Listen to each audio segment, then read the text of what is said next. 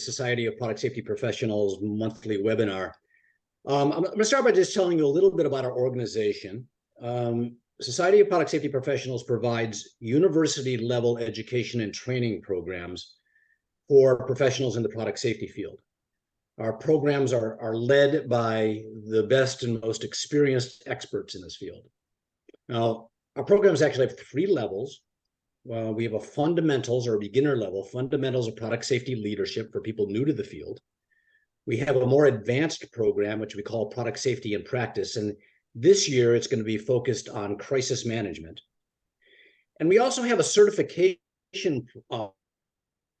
program that we provide to qualified product safety professionals who successfully complete our certified product safety professional program. Now, in addition, we also provide these monthly, or at least almost monthly, free webinars on a variety of subjects, like you'll hear today. And these webinars are made free due to the generosity of our sponsor, which is Sedgwick Brand Protection. So thank you, Sedgwick, for sponsoring. I'm Don Mays. I'm a product safety consultant doing business as Product Safety Insights, LLC. I'm also the president of the Society of Product Safety Professionals. And full disclosure, I'm also on the board of directors for Kids in Danger, and I was part of the team that helped to develop their toolkit. Today, we've got two fabulous speakers that I'm sure will provide some fascinating dialogue. Nancy Coles is the director, executive director of Kids in Danger. I'm sure you've seen her name in the news because it's in the news at least once a week. KID is a nonprofit organization dedicated to protecting children by fighting for children's product safety.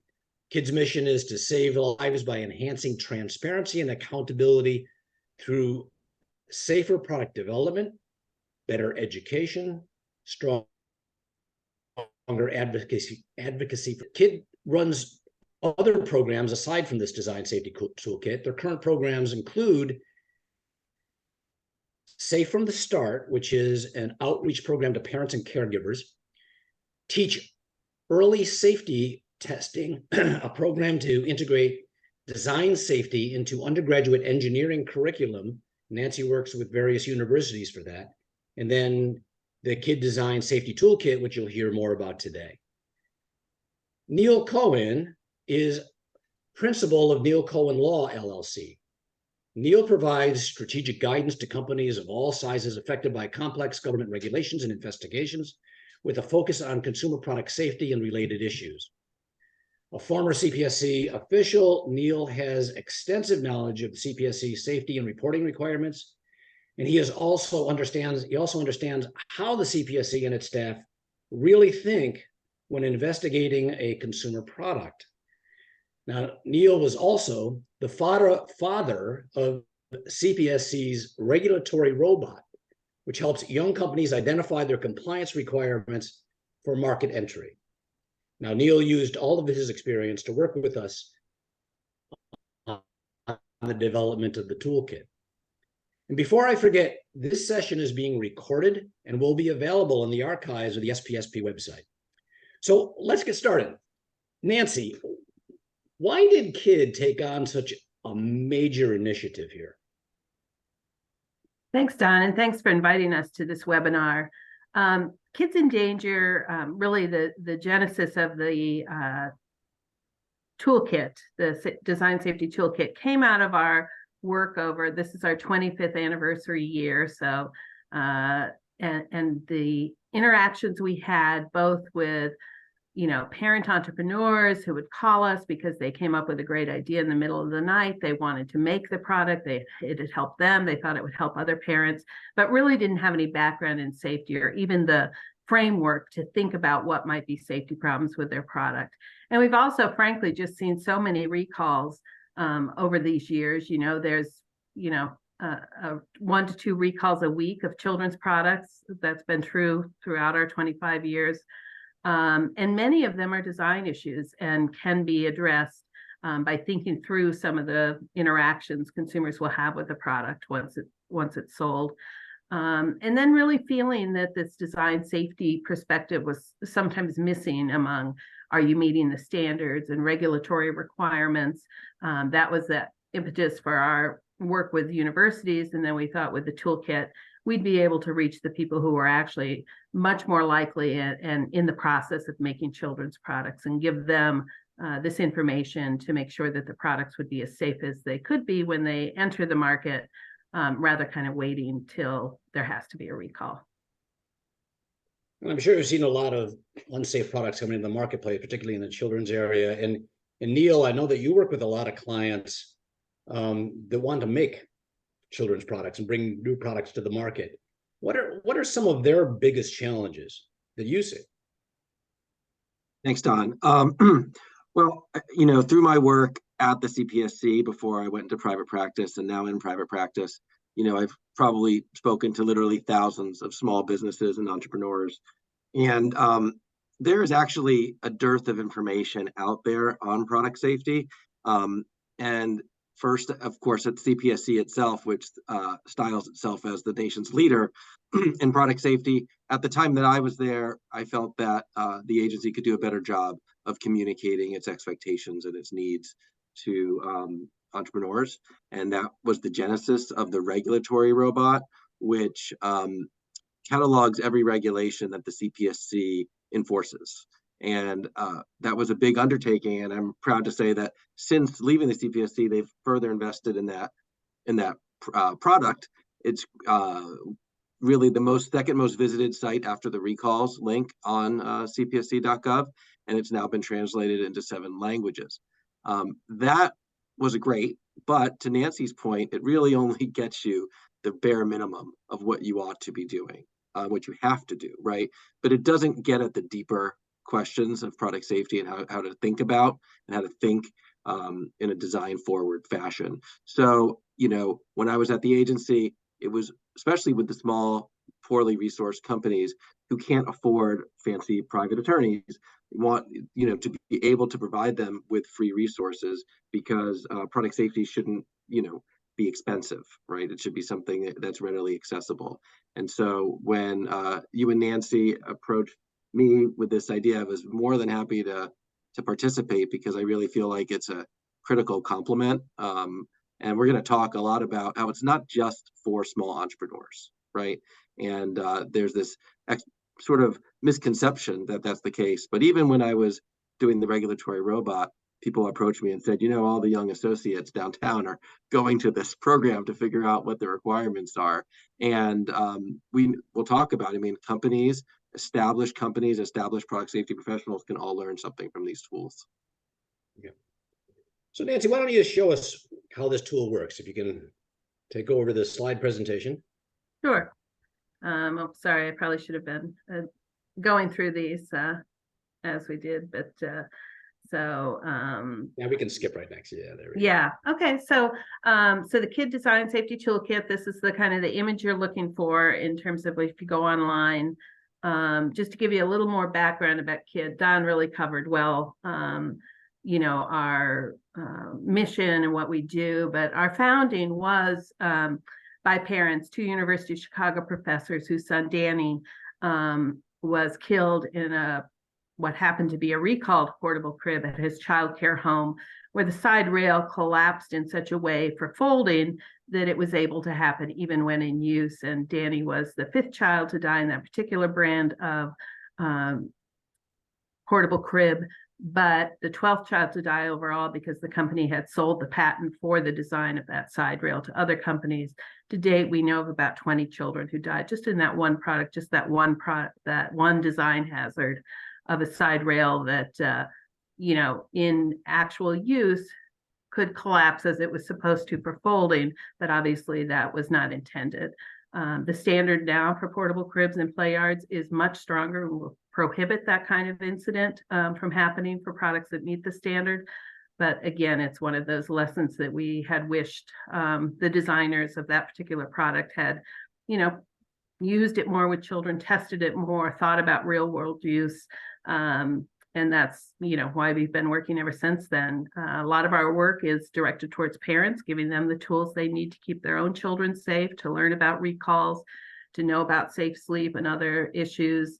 And then we also are a strong advocate for children in DC, both with the Consumer Product Safety Commission and Congress, to get stronger protections in place so that children aren't injured and killed by the very products their parents are buying to keep them safe. So presumably that portable crib that you mentioned earlier, that was the genesis of the organization Kids in Danger, that portable crib most likely met the regulations or the standards at the time that it was actually manufactured, right?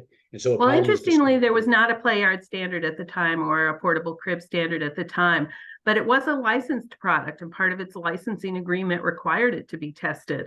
But because there wasn't an applicable standard at the time, they simply said there's no standard, and and so there wasn't testing done on it. It was also just in terms of, using professionals and getting your safety professional background and working with people in the field. It was designed by someone with a high school drafting education and not an engineer or other product designer. So there's certainly lessons to be learned there. There's a whole business school case, if anyone is interested, that looks at this from a business perspective and where the mistakes were made along the way, not all in the design of the product, some in the way that the company approached the safety of the product as well. And most standards are developed actually after the fact, after injuries are incurred or incidents occur. Right, and that's why something like the toolkit is so important for entrepreneurs and people who are coming with a creative, innovative product. It probably isn't in the standard what they're designing, so they need to think about it. Right. Neil, I don't know if you want to add anything here about. Yeah, sorry, I was just trying to get off of mute. Yeah, I think so many of these standards are, like you said, retroactive to the bad things that have already occurred. And so that's what we're trying to get in front of here. Yeah, and we don't want to, part of the reason again for the toolkit, we're not looking to stifle innovation. We want creative ideas. I think there's a lot of room in the children's product market for new ideas. We just want to make sure that we're not overlooking potential hazards with a product that has not yet been made. Right, and one of the things and this happened actually recently to me and it's happened to me innumerable times, is that often a young parent will call with one of these ideas that they've thought up in the middle of the night, and they've jerry-rigged something that's worked for their child to calm or soothe them, etc.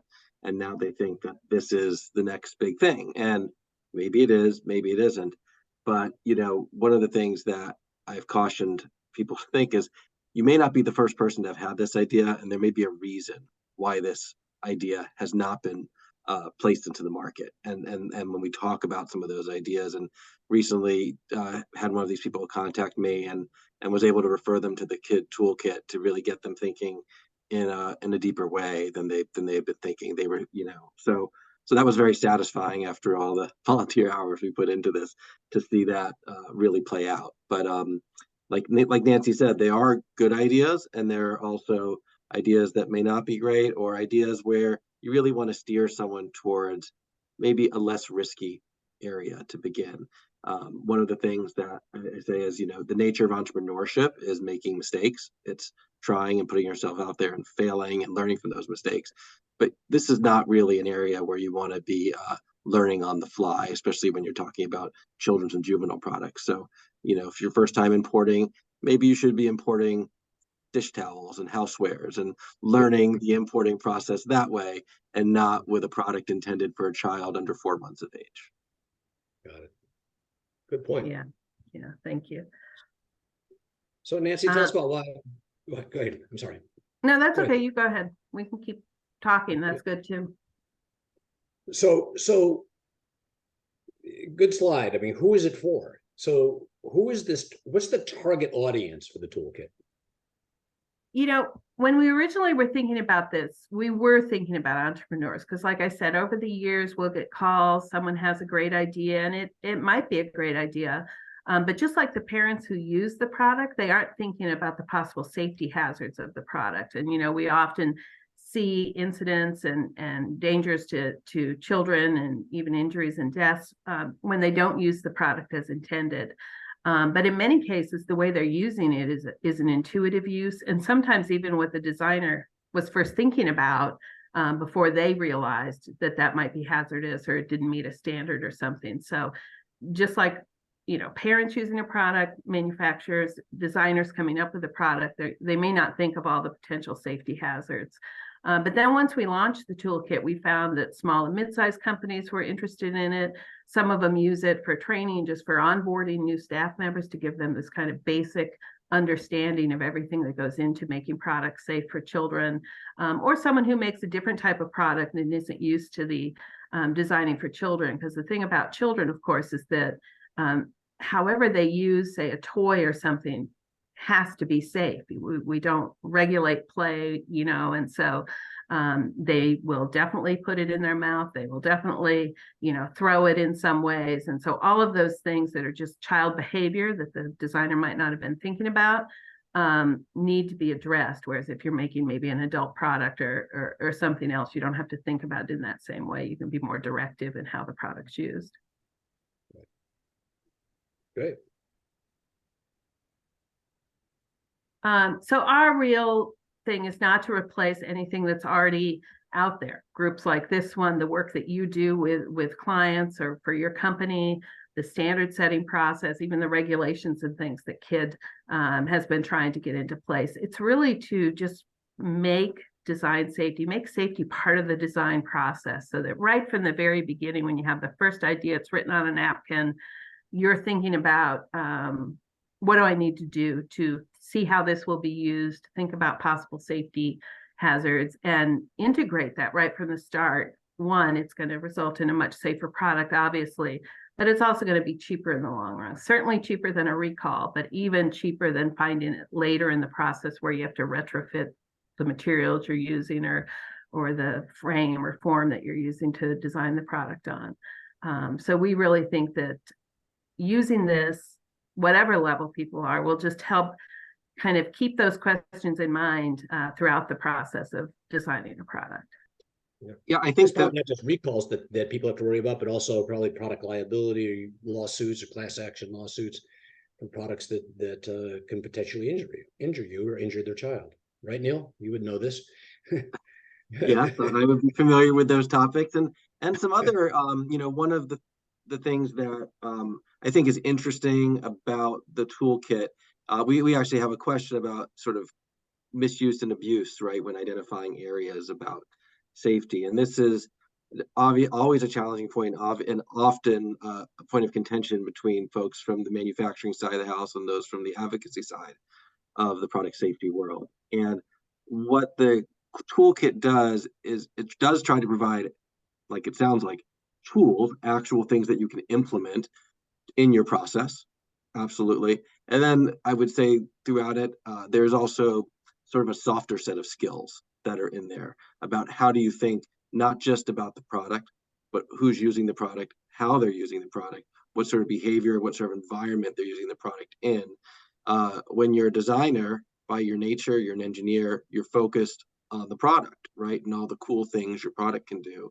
And so these sort of softer skills, I'll call them, are sort of getting your brain trained to think a little bit outside the product into its broader usage. And yeah. Don, I'll also add one other thing, just you asked about some very tangible things like products liability law and lawsuits and not the sort of ethical things about necessarily designing a safer product.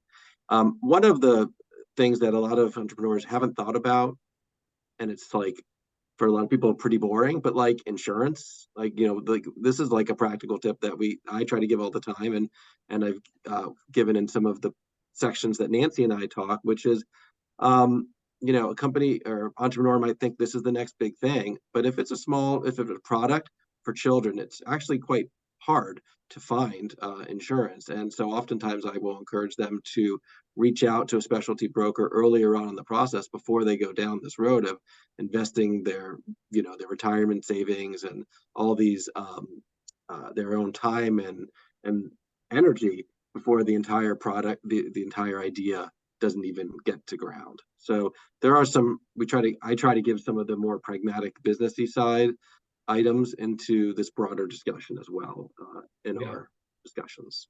That's a good point. I never thought about that insurance angle, but yeah, that's important. Any kind of a new company starts up, they're going to have to consider insurance and insurance for the product, and perhaps even recall insurance, right? Nancy? Yeah, yeah. So, and then just the last one, which we'll talk about more too on other slides, is our big focus in the toolkit, and just as we urge designers as they're considering their product, is really to think about what the real world it's used in looks like, and who's there, and what else they're dealing with. Because I think as engineers, as people who are kind of have seeped in safety information, we have to have a different take on things than a new mom, a grandma who's babysitting, a mom now has an infant with two older children, a babysitter. That your products are used in the real world, not always ideal situations. The supervision of the parent is not always very close and hands-on. It's they're watching across the room, they're listening to what's going on in the next room. So just really think about it. Will my product still be safe with, say, a lesser level of supervision than I would like to see when someone is using it? Or will it still be safe when someone who hasn't read the manual, who didn't see the packaging, is putting a baby to sleep in my product? And are there things that I can do to both make it safer, but also use design to steer consumers towards the safe use, make the safe use the easiest way to use the product. And I think those are some things, if we think ahead of time, that it's not engineers going to be using your products, especially those for children. It is, really our most distracted, overwhelmed consumers, sleep deprived, many of them, who are trying to set up using it with their children, explaining it to the babysitter. So just, kind of keeping that real world use in mind. You don't want to mislead or confuse the consumer with marketing material, even that may show the product being used and not the way it was actually intended by the safety engineers, right? Yeah, and that's actually something interesting in the toolkit that isn't always in safety, is we do go pretty deep both into research, how you can get that consumer information about how your product will be used, and I'll talk about that, but also in the marketing of the product, and not just your own marketing. I mean, your marketing might be straight on with the safe use of the product, but maybe the company is using influencers and other people. And your marketing department has to be bought into your safety use of the product, so that they're watching out for that. They're not working with influencers who show the product in an unsafe use, and that you really, from the first conception of the design product to when it's been marketed and is in people's home, safety is always part of that process. So how does it work? Yeah, so how does it work? So it is a microsite. There's the address, kidsafetytoolkit.org. It is free. I want to say that a million times, because we did get significant funding for this, and so we wanted it to be free so that everyone can use it. There's no downside to using it. You use it, you find you don't need it. You use it, you find it's useful. There's no cost to do that, other than some of your time. It's about 3.5 hours, I think, to go completely through phase one, which is really not that long. You can break it up, and it does in fact have places that make natural breaks between some of the different issues. It is interactive, both through quizzes as you go through to highlight the main points of the process. You can go at your own pace. And then these 4 areas are how we Kids in Danger. These came, actually, the images themselves come from our own website, which is parent and consumer facing, kind of how we break down children's products into at home, sleep, out and about, and play, because we think those areas have different concerns, both for the parent and families using the products, as well as for people manufacturing them. Okay. Next slide. So we've talked about, it starts with real world use. Home life is not what you imagine. The person putting together your product is not an engineer. They're not, going even, well, I have to say too, especially the engineers are not going step by step through your instructions. They all, think that they'll know how to do it. So think about your assembly, to use, and then to what happens to the product when it gets, either the child outgrows it or it becomes deteriorated through various things. How is it gonna, what's its end of life look like that can avoid injury to the people using it? So again, this is kind of our main point with it. I know that many of you probably have experiences with your own products and how people use it differently than you might have intended. Sometimes it's a great new use of it or additional use of it, and sometimes it introduces additional dangers. Neil, you have anything you want to say on this? No, I think you've covered this slide. Thanks. Okay, so, and this is what we were saying, that you know, it's parents and caregivers, they're busy, they're distracted, and there are different ways that we go through in the toolkit where you can try and address that. Everything from the design of the product, how you package and market it, so that again, it's always seen correctly assembled, it's always seen used in the way you want to see it used. The packaging, you know, an important part of packaging, say for toys, is the age grading. You want to make sure right from the start that it isn't, you know, because some of them will appeal to younger children, and it won't be safe for them, or their, you know, or it might appeal to their parents to buy it for them. So anything you can do in the packaging to keep it on the store shelf if it's not appropriate for the use the person is buying it for. Talked a little bit about assembly. You know, this was a big issue. Many of you were around when the drop side cribs were failing. We were just having a lot of crib recalls. Unfortunately, a lot of babies who were entrapped in cribs. And some of those were assembly issues. You know, there would be two ways to put a side rail on, one of which was safe and one of which led to death. And, you know, that's not a assembly issue of the consumer assembling it. That's a design issue in terms of not making it intuitive and clear what way things go together. So if you have something with a lot of parts, we talk a lot about that, about thinking of ways to make assembly easier. Yeah, and then supervision. Neil, you and I have talked about supervision on throughout the toolkit. You'll hear some lessons learned from Neil and I, little podcast sections where we talk about some of these issues. So we have been talking about supervision and kind of the different types. Don, did you want to? Going back to assembly, you made some very, very strong recommendations about what people should do, what manufacturers should do about instructions for assembly. Not only provide instructions with the product originally, but also website information, so that at any point, even a secondhand user should be able to access instructions for putting it together correctly and safely. Yeah, that's right. I mean, there are all things you can do. Even in the crib standard, for instance, there's a requirement that there be a way to keep the instructions with the product while it's in use. So many of them either printed directly on the mattress support, or they have a pouch on the mattress support where they can stay in. So how you can make sure that those assembly instructions are going to go along with the product, because, you know, cribs, bigger products, you put together, you take apart at different times, and you need to be able to do it safely each time. Right, and although it doesn't serve as a replacement for that, what is actually a requirement, the increasing use of QR codes and videos and instructionals help assure that the consumer has access to it, but also helps assure the manufacturer that there's a greater chance of people actually heeding the guidance and following it. Yeah, and there's all kinds of creative things you can do now with online and digital instructions. Doesn't mean you shouldn't still have your instruction book or your warnings on the product, but you can use some of those digital ways to get across. I mean, everything from, as you said, just a QR code, to some of the companies that use you know, video instructions that stop and go when the person stops and goes, and are very detailed for things that are much harder to put together. So I think there's a lot to be done on assembly.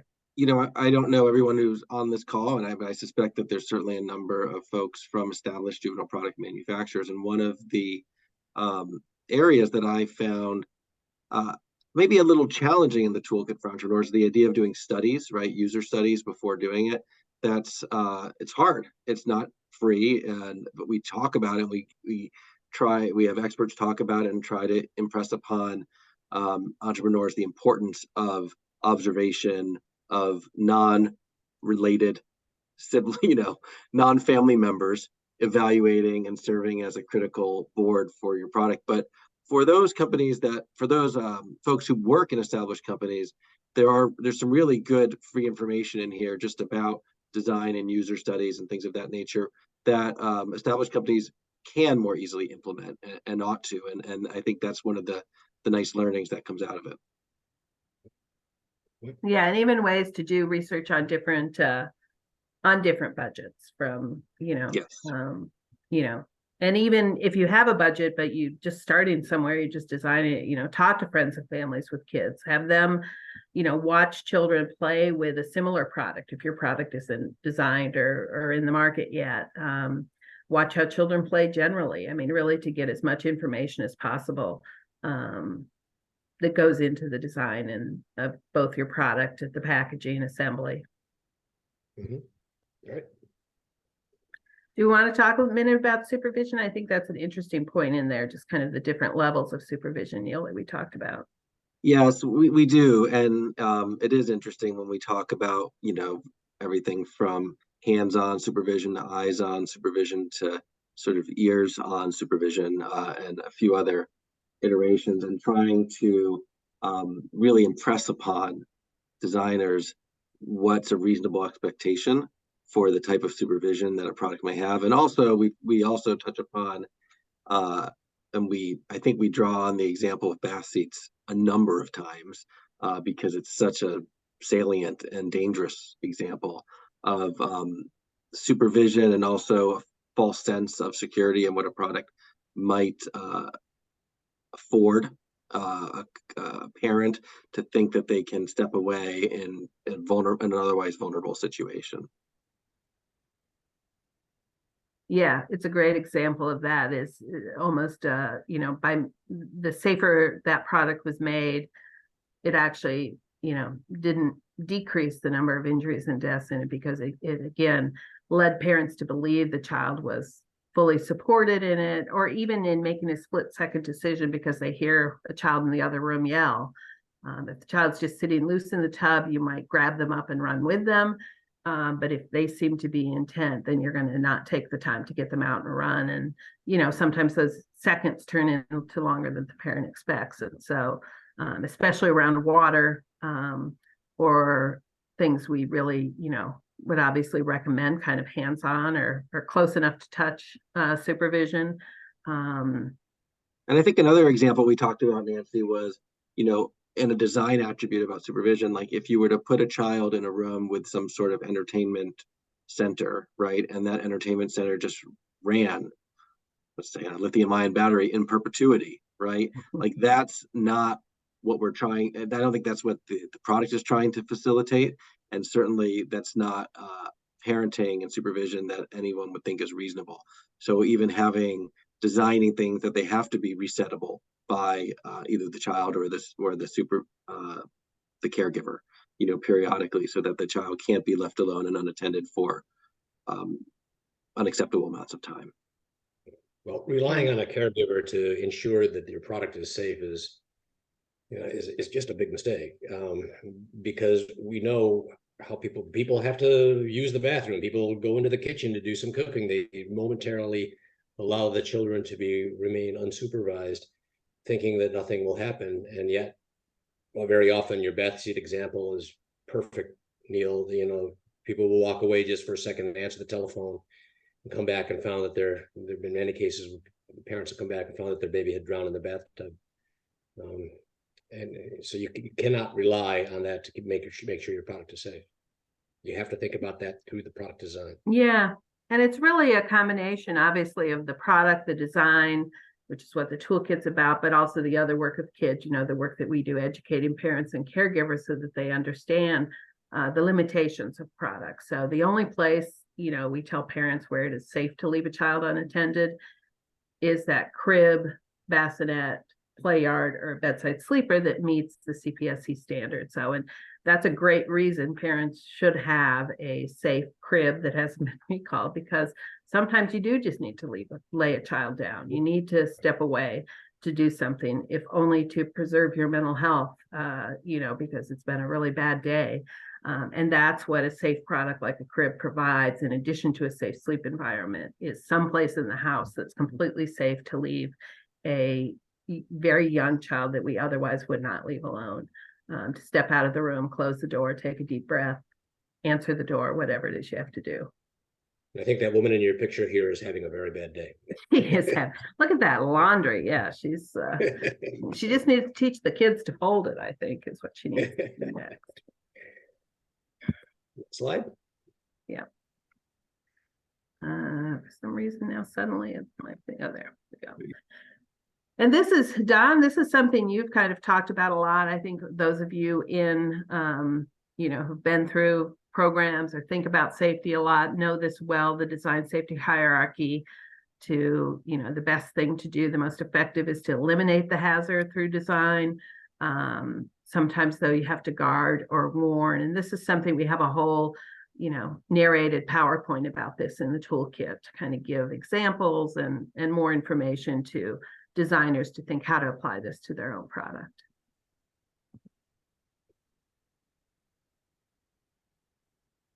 Well, let's talk about this issue, Neil. We've talked about this too on our things. And when you want to eliminate hazards, so there were strollers that had hinges where you see that hinge, but they were the kind that had a pinch point because it was outside the occupant area. It wasn't seen to be a danger.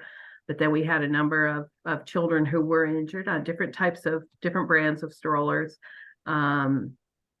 And both the individual companies, but also the standards organization kind of came up with a safer hinge there to avoid that hazard, and completely redesigned how strollers fold at that point. Right. I mean, that was a pretty major set of recalls about 10 years ago that, put one company into bankruptcy at a minimum. And, a lot of what I think we talk about in the safety design toolkit is these sort of cases that are just outside the margin, right? So here you literally have something that's just outside the occupant area. We're going to talk about an example in a few minutes that's just outside the small part cylinder. And one of, some of the techniques that product safety professionals use is building in a safety factor beyond the bare minimum, right? And on whether it be for small parts or other ideas, physical or mechanical ideas. And so those are some of the ideas we're trying to convey, really to get beyond the minimum, to look, you'll hear us talk again and again about looking for standards that may not be directly on point for your product, but from which you can take important learnings, especially for those people who are creating basically a new product area for which there is no precedent.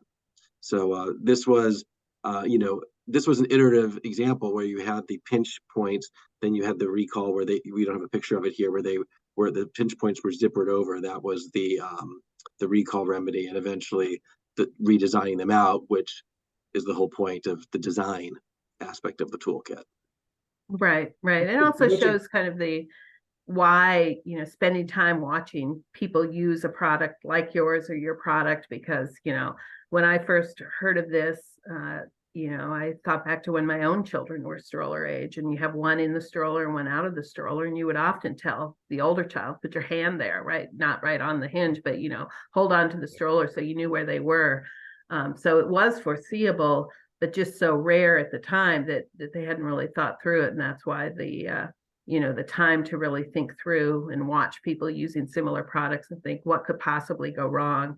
Can I protect against that? And taking the time to think about a creative way to protect against it will save, time and money in the long run in many cases. Neil, you mentioned safety factor, which is something that engineers should always consider. And so if you design a product, as I say, is supposed to withstand, or you intend to withstand pounds, let's say, should your safety factor be designed to hold 60 pounds, 90 pounds, 120 pounds? What is your safety factor? And the whole question that I think that a lot of companies, particularly young companies, have to wrestle with is how safe is safe enough? And so that's when you sort of have to lead them through the processes. What is the foreseeable use of the product? What is even in some cases, an extreme use of a product that could impart a safety hazard? And so it's a matter of doing this almost a risk assessment when you do this whole product development process, and looking to see, if in fact you were to design the product for 120 pounds of force, is that enough? Do you have enough margin of protection? Are you beyond a reasonable doubt that that product could potentially hurt somebody. So that is something that I think designers have to anticipate. And they also have to deal with that challenge with business professionals who are not designers or engineers, and we see, and I would say I see this increasingly when you have private equity moving into the space, and folks like that who just, they look at spreadsheets, they look at numbers, as everyone does. It's a business, but trying to impart upon the folks who are investors the importance of making the investment on the front end, both for the product, for the long-term health of the brand. And sometimes you have to speak to them in their language, which is, you're not going to be able to sell this brand if you don't build the brand and protect the brand. And the way you do that is by making these investments. So sometimes you have to pivot to who you're talking to kind of make them understand. But this product is mostly focused on the designers, but it's a good point, Don. I also want to encourage questions. I mean, we can see questions, the panelists. So if people have questions, please drop them in, because I see our time is actually quickly flying, and we do have more slides. Yeah. So we just, again, continuing through the design safety hierarchy, obviously the guard, with high chairs, they're high. If their child isn't restrained, if it doesn't contain the child, they're going to fall far enough to be injured. There are different ways to address that. Obviously, it doesn't have to be that high, and restraints are one, but again, that's something that relies on the user to use them. So, we also talk a little bit about thinking how to make things more intuitive to use, more likely to be used, or even required to be used for the product to function in some cases. So how you guard against injuries from a hazard that you can't eliminate. And then obviously the warnings and, the choking hazard, the small parts, we hear about that has to be on the products, but there's other ways too to think about warnings beyond those required by standards, how you might package or present the warning in a different way. So you have the required warning on the product, and this idea actually comes from Carol Pollack Nelson, who some of you may know, who's a human factors person. You're making a sleep product for a child. Can you put a little envelope on a ribbon on it, looks like a note, and when you open it up, it's your most important warnings written in a way that parents are going to hear them differently than they see the warning on the package. So it doesn't replace the warning on the product, but it's just a different way to deliver. Because with some products, like sleep products, the warnings are so crucial for safe use and for the safety of the child that kind of sometimes need to think outside the box of how to do it. I think that's right. And putting the warnings at obviously where they have to go sort of in the beginning, but also at the intuitive moment when you might need to see them, whether an assembly or the use of a product, and sometimes using some creative and innovative design factors to make the warnings pop in a way that these ones your eyes kind of gloss over them after a while. Right. And this is what we were talking about, is listening and watching your consumers. I've talked a lot about this in terms of both when you're developing your ideas, as you're developing the product, and then as you finalize, to see different ways. And this is in the toolkit to think about, if I have this level of budget, where can I find users? Where can I get the information I need for research? Up to, you can do a full study or have a full, lab where people come and interact with their children so you can see it up close. So that's an important part too, of just making sure you have that consumer use as you're designing the product. And the same thing about any level. I mentioned that we talk about marketing, and there is, it kind of ends with a narrated PowerPoint about marketing, making sure that you're considering ways the products are being used in your marketing and in social media. And not just the product itself, but if you're showing something and you have a crib in the room, make sure the crib is set up in a way, bare, safe for sleep, because, following other safety guidance makes it more likely that parents will see your product in its safe use and take more, take that into account more than if they see something that they may know or may not know is unsafe. But if safety isn't involved in the entire picture, both how the parent is interacting with the child, what they're doing, and how the product's being used. And also something that I don't think we've talked about, but we've certainly talked about in other panels, or social media incorrect usage being effectively endorsed by a company through reposting and things of that nature as well. Something to be mindful of. Yeah, I think safety professionals within a company or working for a company should certainly have time to talk to the marketing department, because we often see that where a product that we know the company doesn't want it used that way is liked by the company simply because the marketing person isn't aware that it's outside proper use. This is what it looks like when you come into the toolkit. These are just slides are just to show that.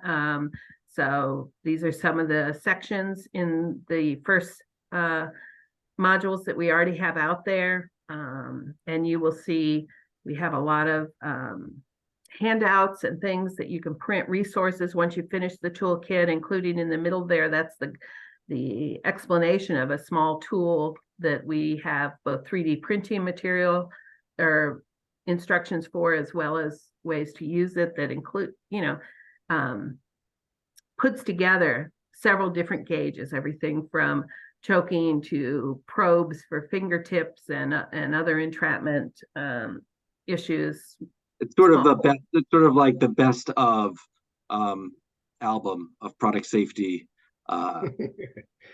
tools, and this is something that we had talked about recently. It's not these aren't new gauges. These are gauges that have been around for a while, but in this single-use compilation that anyone could go to their local library and print out using a 3D printer. Those designs are in there. So that's a kind of a cool takeaway innovation of the toolkit as well, thanks to one of the professors who's involved, Scott Milkovich.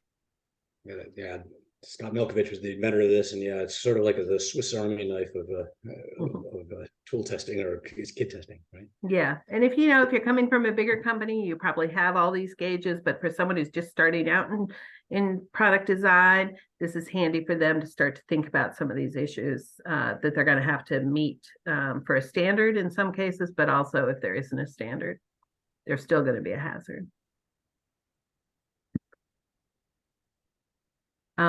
We've mentioned a few. Neil is one. We've worked with a number of teams with expertise in children, in toys, in products, in design, in all the areas that we cover. And in this first section, it's a lot presented by panel discussions among different experts from different companies and areas, whether it's their consultants or working for companies, which I think provides a lot of good discussion that's useful. And then in this, as I mentioned, we received significant support for it, which we're very appreciative of, and that's why we're able to offer it for free and also continue with our phase 2, which should be out. We've completed it. We just need to get it back up on the website. And this is a deeper dive into product design in each of these 4 areas. In this case, it's more like a master class. We have 3 experts in different areas that affect product safety at home, in sleep, out and about and play. And then we also have some more of Neil and I talking. We have another little section in each about standards in the area, because that's an important part. If there are standards that you're meeting them, we're looking forward to that coming out that fall. You have to finish phase 1 to get into phase 2, but once you're in there, you can do any one or all of these that you want to do. So would urge you to, if you haven't done it already, to take a look at phase 1, the first, what's already up there. And also I would love feedback. So I know my email's up on here, but if you can think of something else we should have covered or something that you want to talk about, definitely reach out to me. Or Neil. And phase two will also be free, correct, Nancy? It's all free. Yes, it's all free. All free. Yeah, we wanted to get it to as many people as possible. We're hoping to get it to everyone from Amazon sellers to small companies, maybe people that aren't even a company yet, as well as I said, if larger companies can use it for their onboarding to kind of give this overall impression of design safety as being more than just meeting standards. Okay. Oops, that's the thing we were going to wait to go to, but I don't know if you want to say something down before we do that. We're kind of running out of time as well. So both of you participated in one section of this tool, which was called Lessons Learned. I like to call it, what were they thinking? But the Lessons Learned section has got essentially a podcast or audio that talks about a couple of examples of how companies that brought a product to the market perhaps didn't consider all the safety issues that they should have considered before marketing that. And I wonder maybe if you could give us a good example of that. Thanks for that cue, Don. We just happen to have such an example already. Like we mentioned earlier, oftentimes design's always supposed to go beyond the standard. This is one example that's always stuck with me. It was one of my first cases when I was a lawyer at CPSC. I remember this sort of toy when I was a kid, but this was sold around 2010, and you have this sort of soft plastic rubbery dart with this kind of suction cup on the end. Frankly, I'm pretty sure as a kid I was mouthing that suction cup. It was a very appealing sort of sensation to it if you're a sensory-seeking child. And what was tragic is this was a case that had, I believe, if I recall now, 2 deaths associated with it. And the product complied with the standard, okay, and it complied with the small part standard. The darts themselves were just tall enough to pass outside of the small part cylinder. And for those who know, you're not supposed to compress anything to fit in the small part cylinder, so it did pass the standard. But it led to this really horrible set of circumstances where if a child had it in their mouth and swallowed it or lost control of it, the suction cup would effectively act like a drain on a sink. The dart would fall down the windpipe, and the suction cup, as it looks like, this looks like the bottom of a drain if you're filling up a sink of water, and that completely occluded the airway and led those 2 children to suffocate. We know that major brands who have design controls in place have safety factors on these things so that they're not close. And frankly, and you can speak a little bit more of this, Nancy, I mean, the small part cylinder is often treated as gospel, but it's not. It's always meant to be a rough approximation. And obviously, we all know that children's biometrics differ, right? In terms of there's a 5% to 95% of every measurement. And so it's not perfect, and you can't just rely on that standing alone. So that's one example. You want to add to that, Nancy? Yeah, I think you covered it well, what the incidents were. I mean, since then, I think, the toy standard has addressed it as well, so that there aren't just, because there were other incidents with similar products that passed the small parts, even by a larger margin than this does, but still were involved in children who were, it got it stuck in their throat and they suffocated like this. It was even difficult even for the EMTs to remove it because of the way that it was in the throat. And I think the children killed with this were also well over the age of the small parts. Yes, so yes. We need to think that all children mouth things, and there are certain play patterns with certain products that might lead an older child to put something in their mouth that normally we wouldn't need to worry about. So I think that it's just a great example of kind of thinking through, what could potentially happen. Don and Neil both mentioned the small parts gauge. KID, for parents, actually recommends that they use a toilet paper tube to determine what's big enough to be around their very young children, or children who are, even at the age where they shouldn't, still are mouthing a lot of things, because it's just more protective. Our children have gotten bigger. The size of the child's throat who may or may not still be mouthing things could be larger than the small parts. So there's ways, as Neil said, to take on, not because you have to, but because you want to make sure your product is as safe as possible. We got about 5 minutes left, and let's go to the Q&A session, if that's okay with you guys. Yeah. There's one question that came in, is how does KID take on the challenge of identifying or testing for cases of misuse or abuse when identifying new areas to strengthen safety? Nancy? Yeah, that's a good question. And I think that we probably approach it a little differently than a manufacturer would, or, because I think, again, with our focus on the real world and what's going on in homes, sometimes what may be classified as abuse of a product. So for instance, leaving a child sleeping on something that wasn't necessarily intended for sleep is a totally foreseeable reaction. I mean, if you're a child, you've had, like that mom on the couch, if you've had a day and your infant is happily sleeping in their bouncer, then you might think that, this is my opportunity to go to the bathroom to do something. You're thinking they look safe. And so it's similar to when designers design products and miss a safety hazard. The parents will do that too. So I'm not sure that we really consider too much of it. Obviously, there is misuse.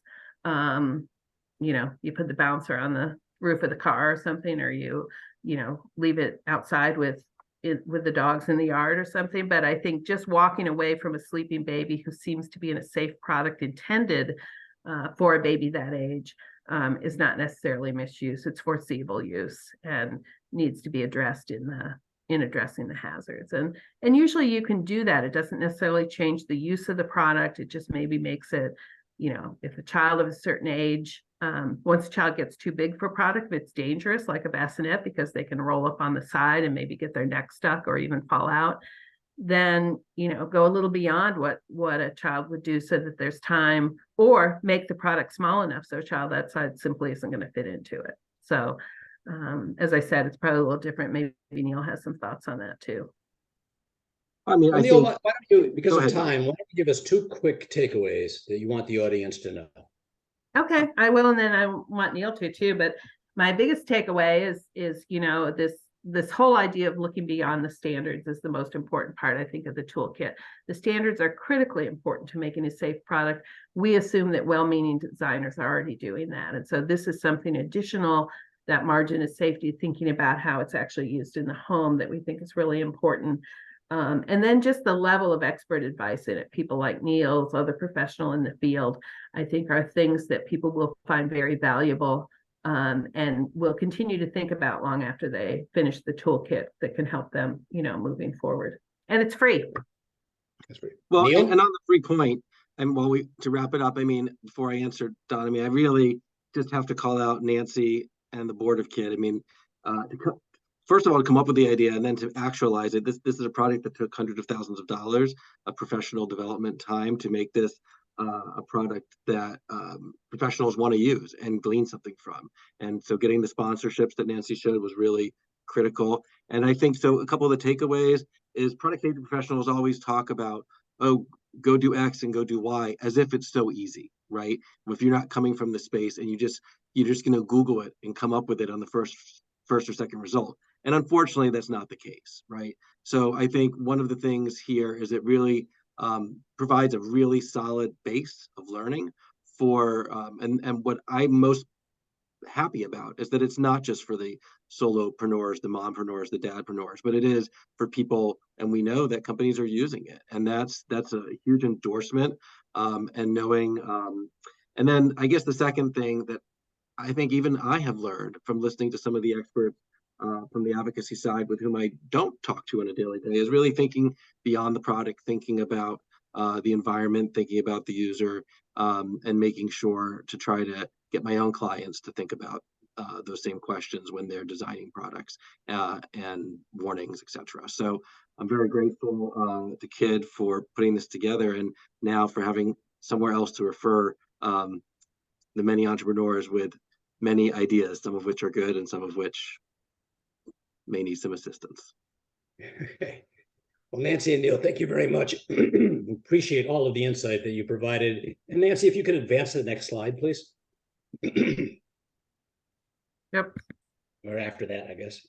Just so you know, here we have our contact information on this deck, but so you can feel free to, if you have questions, you can write to productsafetyprofessionals.org and we will answer your questions. And then our next webinars, next slide, October 11th, we're going to have a warnings update using the ANSI Z535 standard. And then instructions and collateral material update, including ANSI Z535.6 and 0.7. So updates on those, I think, is being really good information. If you go to the next slide, I also want to highlight our crisis management program that that we are hosting with the assistance of the University of Missouri at St. Louis on November 6th through November 10th. This is actually a conference. It's a concentrated 3-day conference on site of the University of Missouri at St. Louis. There's a discount for people who have become members of SPSP, so I hope you will consider joining. And final slide. And I want to thank you all for attending, and I especially want to thank our sponsor, Sedgwick Brand Protection.